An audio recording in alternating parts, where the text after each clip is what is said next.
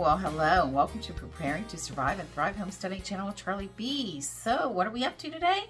Well, so I've got all these onions to go through, and I know some of them's not good. They've been sitting down in my refrigerator in the basement, and I totally forgot about them. So now I got to figure out what I'm going to do with them. So I've decided to do something I've never done before. I'm going to can some caramelized onions. There, we said it. Yes, caramelized onions. And maybe from that batch, I can end up making some French onion soup. But there's a lot here. So I'm going to get to it, and we'll be back. So this is a 22-cup roasting pan, and that's what I also make my spaghetti sauce in, cook down my tomatoes, you name it. So this is how many onions I have started off with. It was about 2/3 of what I had, that I had showed on the table. The rest are going out to the mush bin. And I put in 2 pounds or 2 cups of butter, which is 1 pound. So we're going to cover this up. I have it heating up, and I'm going to actually adjust it down to 100 for the night. Actually, it's 150, but we're good. Good morning. So the onions have been cooking down for around 10 hours, and let's take a look at it.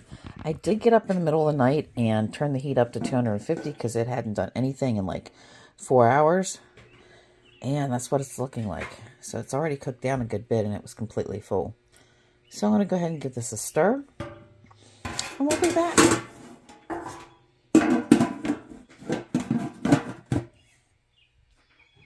So this is what it looks like after I stirred it.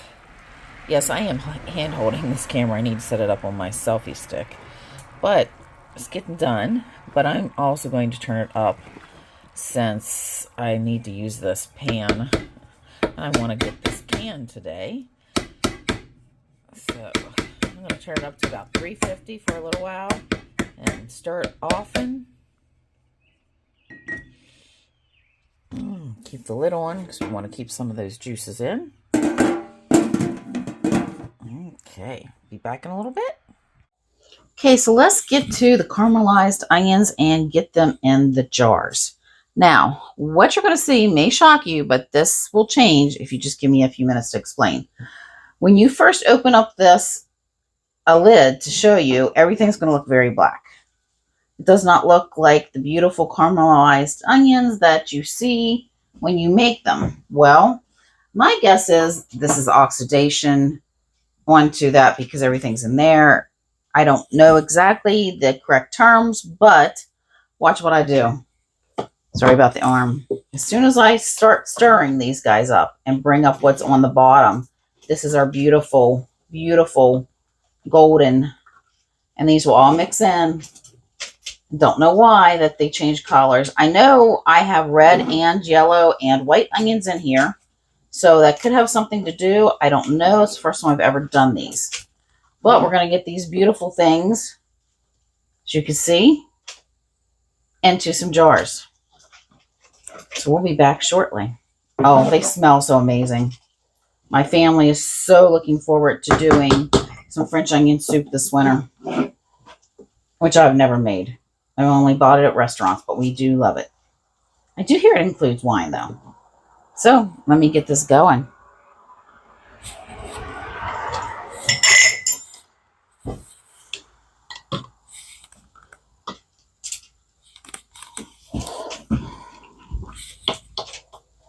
So, these are pint jars, and I'm just going to do a jar with some liquid, because there's broth in there, and I definitely want the broth to go in there.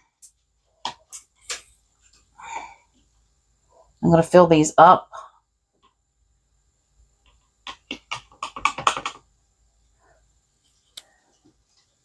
To this line, the one little bottom ring.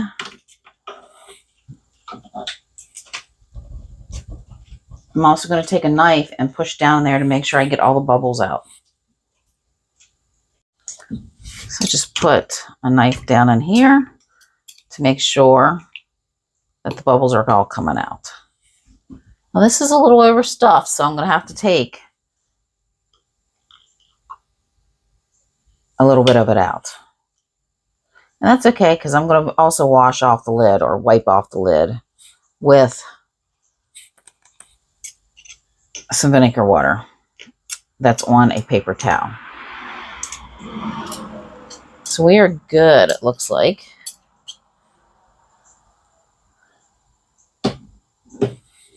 So it's about up to there. It's got some broth in it.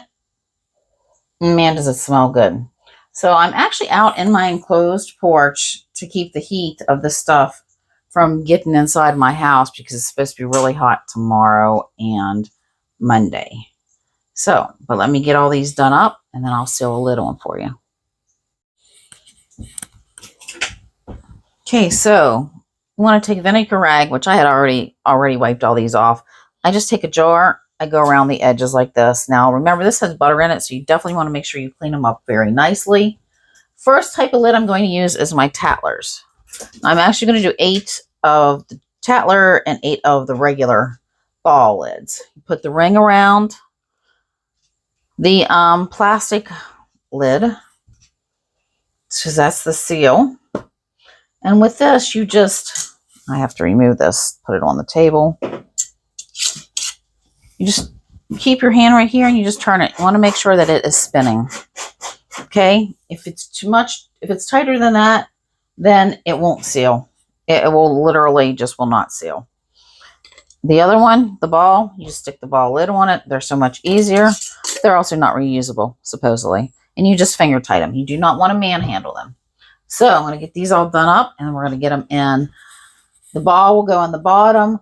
The Tattler will go on the top. So I've got hopefully another 8 to do. Okay, so I've got 15 full jars and I've got this one that's at least 3/4 full.